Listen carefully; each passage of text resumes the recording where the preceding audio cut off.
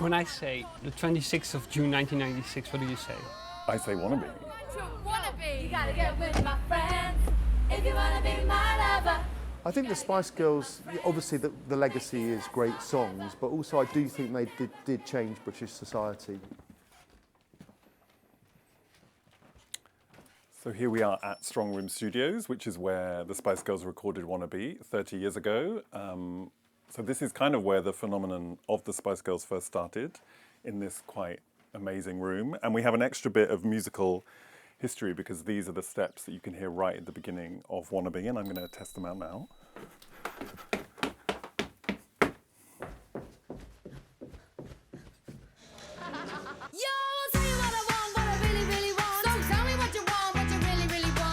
When the Spice Girls came through, really British music had been dominated by mostly white males with guitars. And no one expected a girl band to be the thing that would kind of appear. You know, Wannabe is about friendship. I think that really connected with young girls. Alle vijf hebben wij ons ook altijd de zesde Spice Girl gevoeld, zeg maar. Er zit altijd een beetje Spice Girl in je, hè? Altijd. Ja. Zo staan we ook eigenlijk op het podium als onszelf, als de Spice versie van onszelf. Spice op je lijf! Spice op je lijf.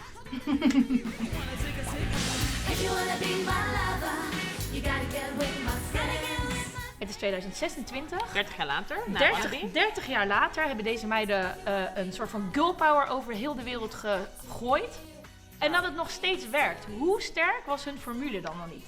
So you've got sort of posh spice, ginger spice, scary spice, baby spice, sporty spice. En dat is juist de kracht van de Spice Girls. Zeker. 100%. Iedereen kan zich identificeren met iemand van ons. Dat je op het schoolplein stond met je vriendinnetjes en dat je om de beurt verschillende spices mocht zijn. Heeft u een favoriete Spice Girl? Dat is normale sporty spice. Dan heeft u het verkeerde t-shirt. Ik weet het, maar die was niet meer te verkrijgen, dus ja. Baby Spice? Ja, omdat ik blond ben natuurlijk. Ginger, uiteraard. Ja, voor mij ook. Maar ik ben nog maar rood. Oh, my favourite Spice Girl. I have to say Mel B. One of the most interesting things she says is she gets a lot of older women now, mixed race women, black women coming up to her and saying, oh, you changed my childhood because suddenly I could wear my afro. I didn't have to straighten my hair.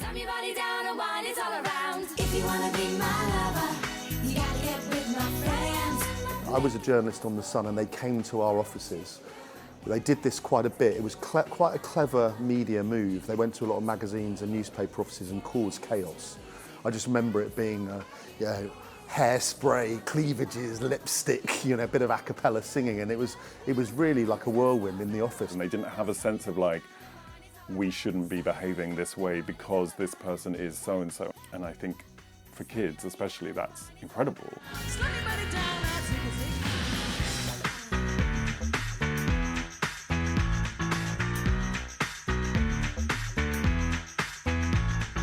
If you wanna be my lover. Not only do the steps appear on Wannabe, but we also have this other artifact, which is the piano they used to create To Become One.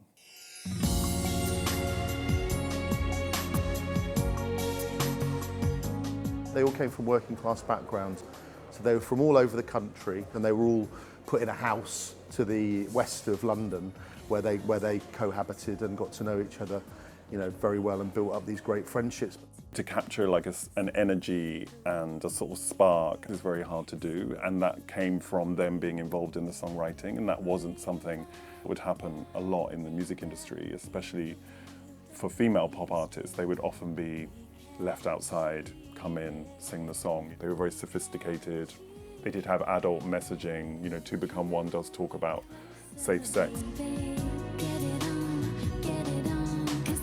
Put it on, put it on. Put it on, put it on.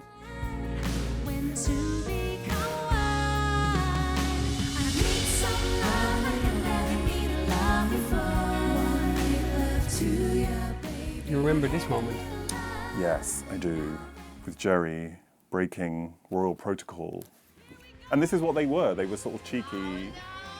Jerry was like, I will pinch Prince Charles's bum. I will kiss him on the cheek. I think it's kind of illustrates a bit of ladettes for the culture. If the boys can do it, so can we. And I just think it was kind of reclaiming it, you know, a bit girl power, we can do what we like, you lads have had it all, you know, you've been behaving how you want for the whole of the decade, so now why can't we?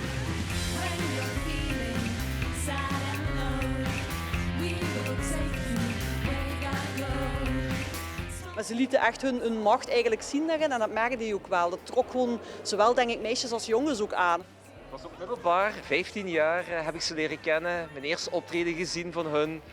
En ja, de liefde is altijd wel een beetje gebleven. Vanwege de girl power? Ja. 5 mooie meiden, zeg niet zelf. You know, these are my heroines. It's one of the greatest moments in my life. Hey. En terecht. Ja, bizar toch? Ja. Hij is er nog een beetje, ja, bizar. Nou, ik denk dat dat zegt dat ook Nelson Mandela een mens is die ziet dat hij iets waanzinnigs is tegengekomen. Ja. Britain and London in particular felt the coolest place on earth. So welcome to the 1996 exhibition at the Barbican. One of the centerpieces of the exhibition are these Union Jack boots, platform boots that Jerry wore on a number of occasions in the 90s. They're really emblematic of the time. I mean, in a way, the Union Jack dress is the ultimate symbol of cool Britannia, I think. It was a... You know, you've got to remember that the British flag at that point, there were a lot of football hooligans used that flag, and it was kind of it had racist kind of connotations. But with this movement, this Britpop movement, Spice Girls, Cool Britannia, it was like we wrestled the flag back. This picture of Jerry in what was essentially like a tea towel, 2 tea towels like sewn together, was all over the front of the papers the next day. You had like the Spice Girls as this sort of ray of sunshine that was just promoting this idea of, you know, fun Britain again.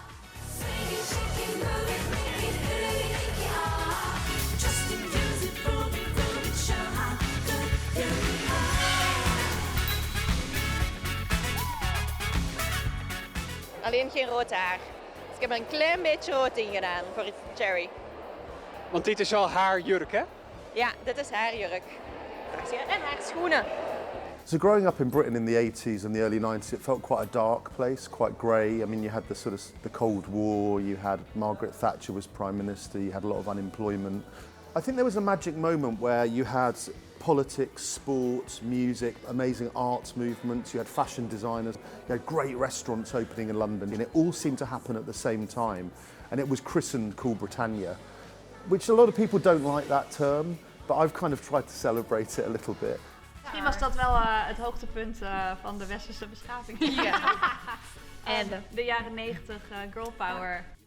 A time before the threat of nuclear war, climate crisis, global financial collapse, social media, culture wars, Piers Morgan's TV career, TikTok, and of course, the pandemic.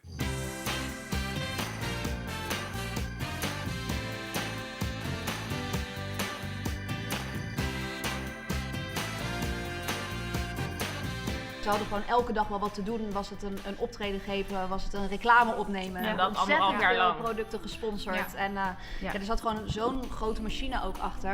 Er stond ook gewoon ontzettend veel druk toen op de meiden. De cultuur was toen ook een heel anders. Ja, paparazzi was echt intens. Heel Nederlands vooral. Ja, Hè? zeker. We've got a lot of the newspapers and magazines of the time and how the magazines were very, this is a real laddish magazine that was very provocative that you probably wouldn't get away with now. But, you know, this magazine here is a Russian magazine, which Jerry Halliwell is on the cover. It just really encapsulates, you know, the kind of global power and influence of the band. Ze waren ook heel jong, hè? Ja. Ze waren super jong toen ze begonnen. Dus ja, dat is voor zo'n leeftijd om al die dingen mee te maken. Ja, Het is heftig. dat is heftig.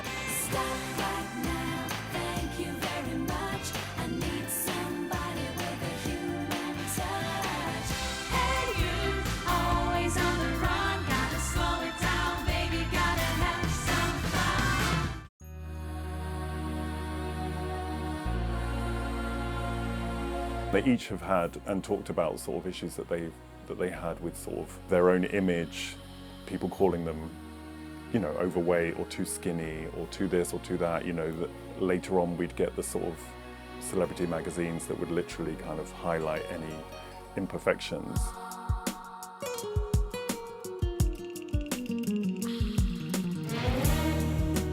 they were offering themselves up for interviews, not just with The Sun, but across the media. And that, it's a double-edged sword, isn't it? I mean, you attract media coverage, and then the media wants more of you. So I think that's a kind of fame tax, really. What I would say is, compared to today, I mean, the paparazzi might be one thing, but this was a pre-smartphone era where now potentially everyone is a photographer. Geri Halliwell, otherwise known as Ginger Spice, has announced she's left the Spice Girls. She blamed differences between her and the rest of the group. Dat nieuwsbericht. Ja, dat nieuwsbericht. Dat is Geri Halliwell. I think she probably wanted to be a solo star. I think ultimately, I think she was itching to try that. Ik dacht klaar. Ja, ik heb mijn poster van bizar. Meer gescheurd. Bizar vond ik het. Boos.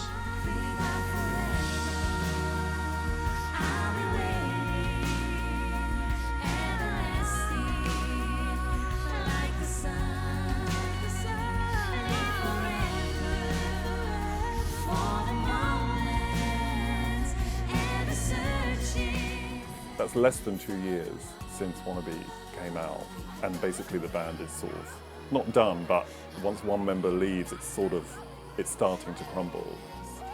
Fans took that hard, especially because of this sort of friendship never ends kind of mantra that they had. En we hopen natuurlijk dat de echte ooit naar Europa gaan komen. Maar dan moet Porsche meewerken. Ja, dus we hopen dat David minder geld verdient en ze het minder nodig hebben.